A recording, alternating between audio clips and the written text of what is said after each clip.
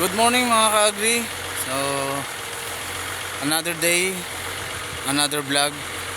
For today's video, ang gagawin ko ngayon ay magpaparo ako ng 1 meter. Paano ba magtudling ng 1 meter? Ang 1 meter kasi pwede, dalawa kasing klase yun. Yung pwede kang sasakay sa tudling dito. Pwede mong isakay siya o pwede mong tansyahin yung karkula. Kung kailangan marunong ka magkarkula o magtansya ng 1 meter, kasi pagka baguhan ka pa lang, isasakay mo siya ng gulong dito. Hindi pala makakasakay ang gulong kasi pansin ninyo mga ka-agri, kung isasakay mo pala ang gulong dito sa paro, sala, kasi lihis. Pansin ninyo, di ba? Lihis to. Kaya kailangan dito yung gulong mo naman, kung dito ka magpipihit ka, kung dito ka magmumula, so ang gulong mo nandito, nasa balugbog yung gulong ng unahan at saka yung likod. So para tumama dito yung panudling o yung parower. Yan. Sa pansin nyo, parehas yan. Ito, tansya yung ginawa ko, tansyahan siya. Ito. So parehas yung lapad. Yung lapad nito at saka yung lapad nitong isang to at saka itong pangatlong balugbog, paro. Ayan. So tansyahan lang yan mga ka-agri. So ito ang gamit ko. Ito yung ginawa ko. Ito yung 1 meter.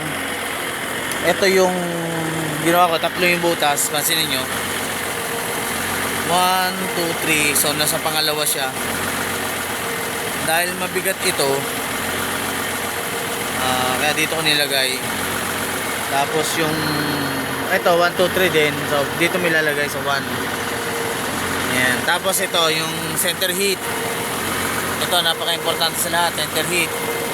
Kailangan ayan pansin niyo, siguro mga 2 thread lang yung natira para dito. 2 thread lang yan kasi hindi ko para yung talab niya ganito kalalim. Yan.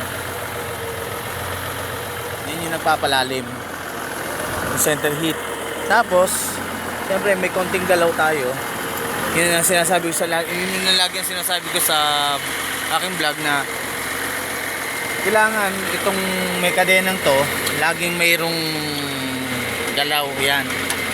Hindi yung pwedeng isagad ng higpit. Tapos eto mahigpit siya. Ayan, may konti para pag angat mo ganun medyo mahigpit siya. Tapos pagbaba mo gumalaw man ng tractor hindi siya mauga.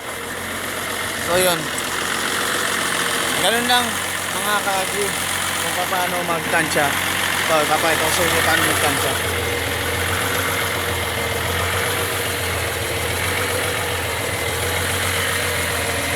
Atras muna tayo.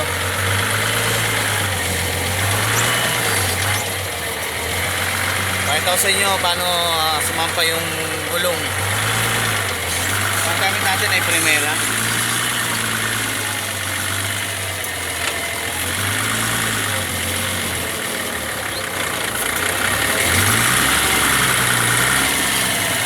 Mamatayan pa tayo. Marami naman diesel. Pansin ninyo, yun yung aking yung cargola ko. So ito yung tudling. Bakabanting ko muna ng konti.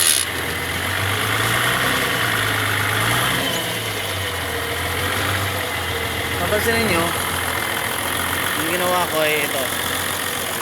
So ito yung tudling nya. Ayan mataas. Tapos pansin ninyo, yung paro ko yun. So yung gulong nya ito malayo, di ba? Malayo. So ito ay siguro 3 dangkal ang layo niya dito sa original na paro. So yun, thank you so much. Hanggang dito na lang. Sana may natutunan kayo sa aking vlog na ginagawa at ang aking mga video. Sana supportahan nyo at huwag nyo kalimutan na mag-like, mag-comment na dyan para mag-iwan lang kayo dyan at para mabalikan ko kayo. Thank you so much.